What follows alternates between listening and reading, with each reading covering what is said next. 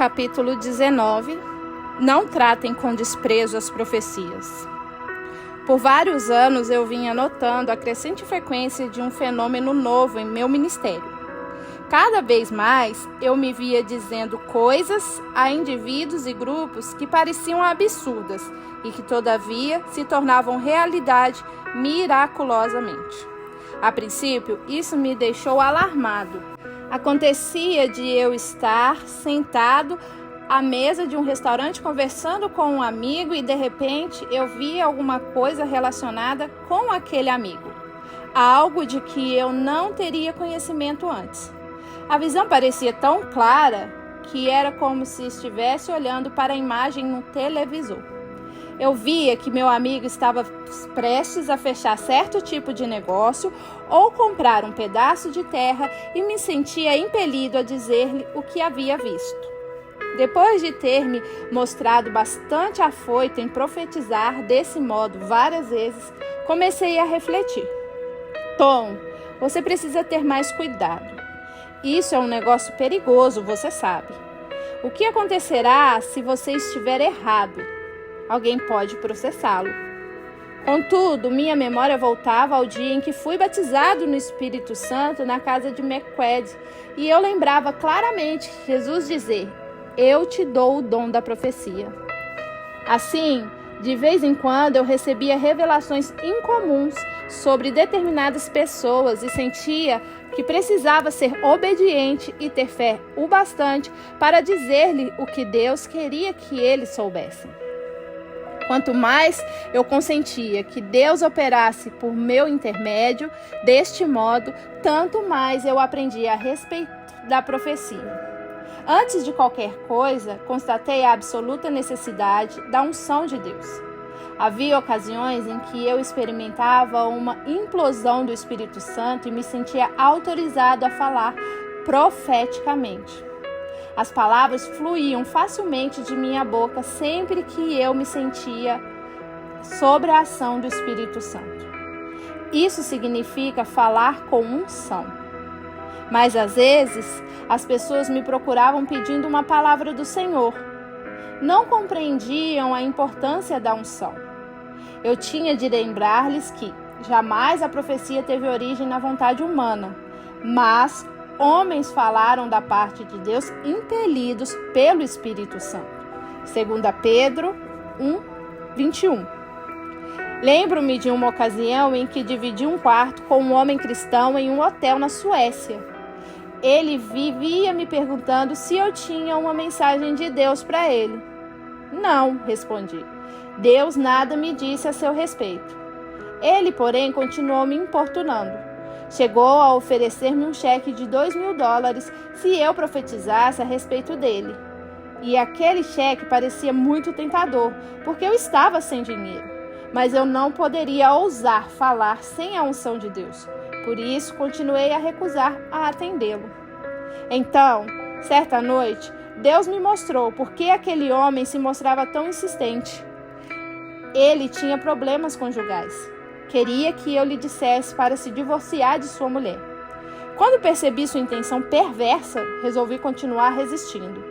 Uma ocasião, ele me acordou de madrugada e perguntou: Deus já lhe disse algo ao meu respeito? Não, Senhor, repliquei. Volte para a sua cama. Da noite seguinte, ele me acordou outra vez. Deus não lhe disse alguma coisa sobre a minha mulher? Não, Senhor, respondi com firmeza. Por que o Senhor não desiste? E eu sei que o Senhor quer, mas o Senhor não pode me subornar. Eu só falo quando Deus me disser para falar. Assim, ele finalmente desistiu para minha tranquilidade. E louvei a Deus por permitir-me reconhecer o valor da unção. Outra coisa que aprendi sobre a profecia foi a importância de testá-la. Sempre que eu falava a alguém profeticamente, orientava essa pessoa a agir com cautela. Continuo não acreditando que uma pessoa deva lançar-se afoitamente em alguma forma de ação apenas porque alguém profetizou que ela deveria fazê-lo. A Bíblia claramente nos diz: Amados, não creiam em qualquer espírito, mas examinem os espíritos para ver se eles procedem de Deus. porque muitos falsos profetas têm saído pelo mundo. 1 João 4:1.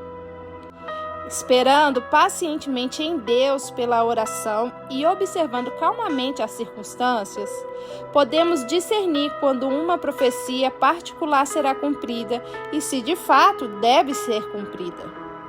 Na década de 1960, voltei aos Estados Unidos e fiz uma parada em Lebanon, Ohio, hospedando-me novamente na casa de Blaine Hamburg.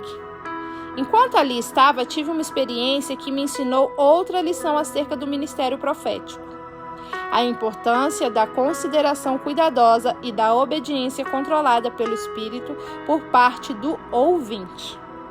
Blaine e eu estávamos jantando certa noite no Hotel Golden Lamb. Enquanto conversávamos, Blaine falou-me de uma área da terra que ele estava interessado em comprar. A propriedade parecia-lhe um bom investimento, mas ele não estava muito certo a respeito.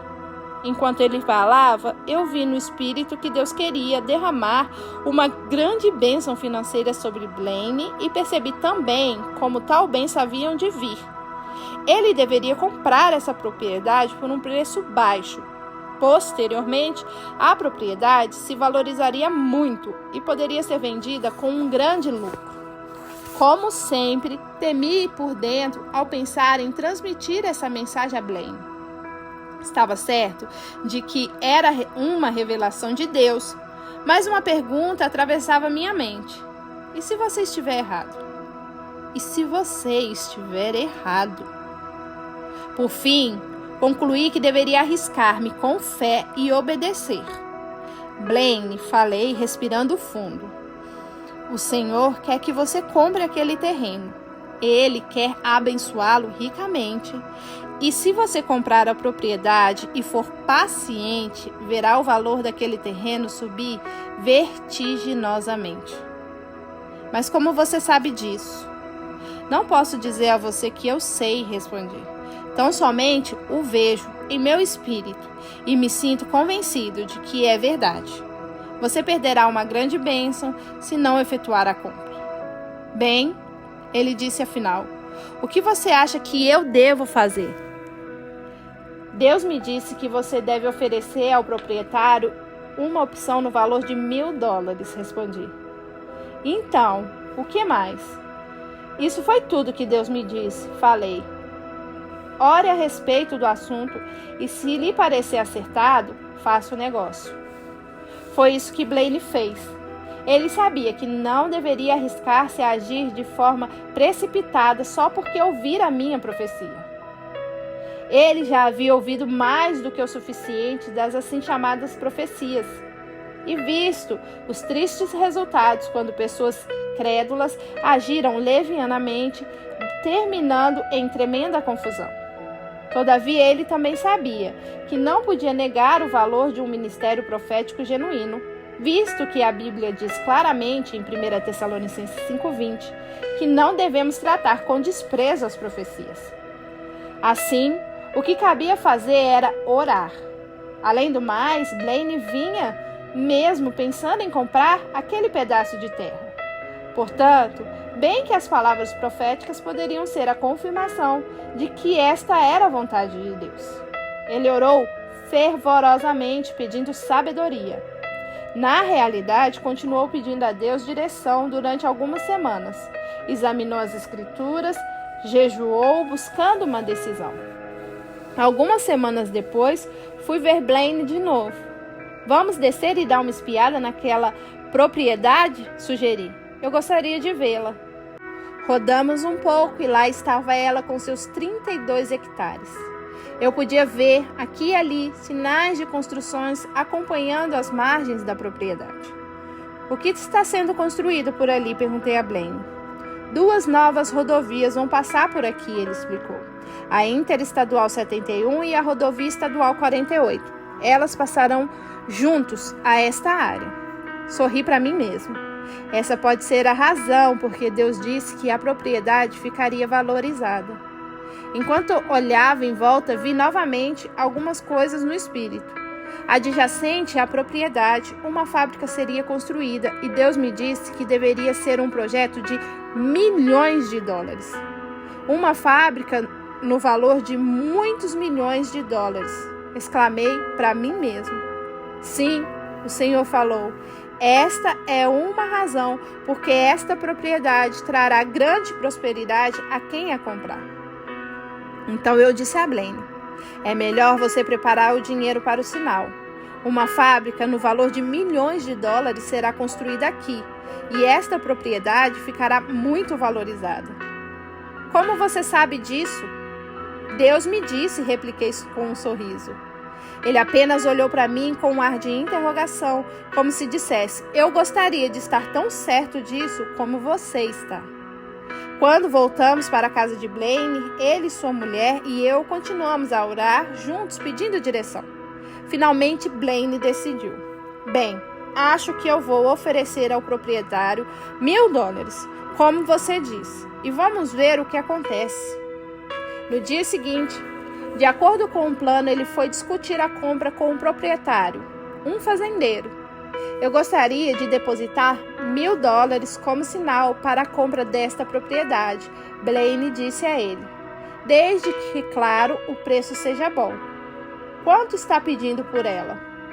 90 mil, o homem replicou. É uma pichincha. Concordo, Blaine exclamou.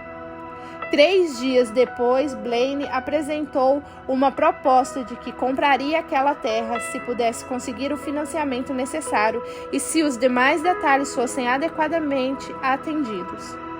A transação definitiva foi efetuada no dia 15 de abril de 1965.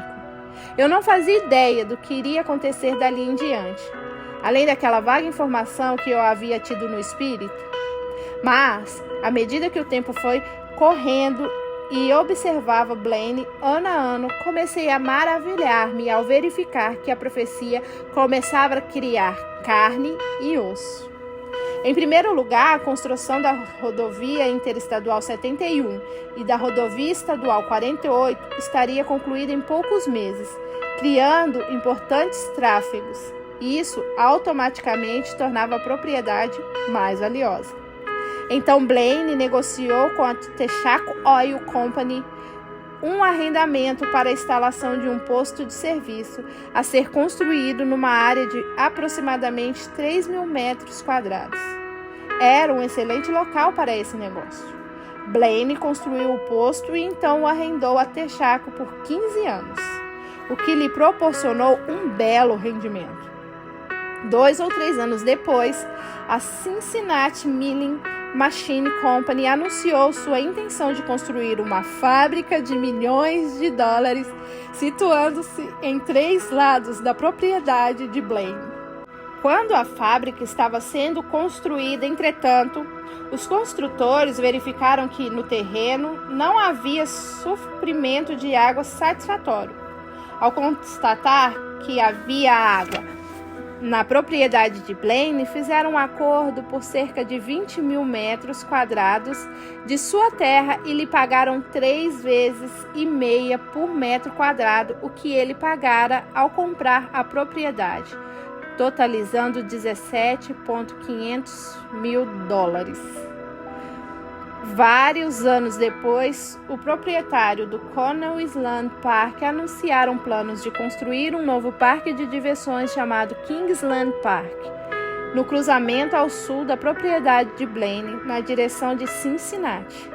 Isso foi feito e novamente elevou o valor da propriedade de Blaine. Além disso, em função de um programa de incentivo ao descanso da terra, o Soil Bank pagou $6.000 a Blaine por ele não ter feito nenhuma plantação desde que comprara a propriedade. E só recentemente Blaine pediu um avaliador independente que fizesse uma avaliação da área. Ficou então sabendo que a propriedade vale 5 vezes mais o valor que ele pagou por ela. A propriedade ainda não foi vendida. Por isso, quem sabe quanto valerá antes que chegue o momento áureo da venda. Quando ouvi isso, disse comigo mesmo: Senhor, tu fizeste isso. De minha parte, apenas dei a ele a mensagem que me confiaste para transmitir a ele. E estou certo de que qualquer pessoa, mesmo com uma fé pequena, poderia ter feito. Mas te agradeço, Senhor, a boa vontade de Blaine em aceitar a sua vontade nesse momento e obedecer à direção do teu Espírito. Disseste que a propriedade aumentaria de valor, e eu te agradeço, Senhor, porque tu cumpristes com a tua palavra.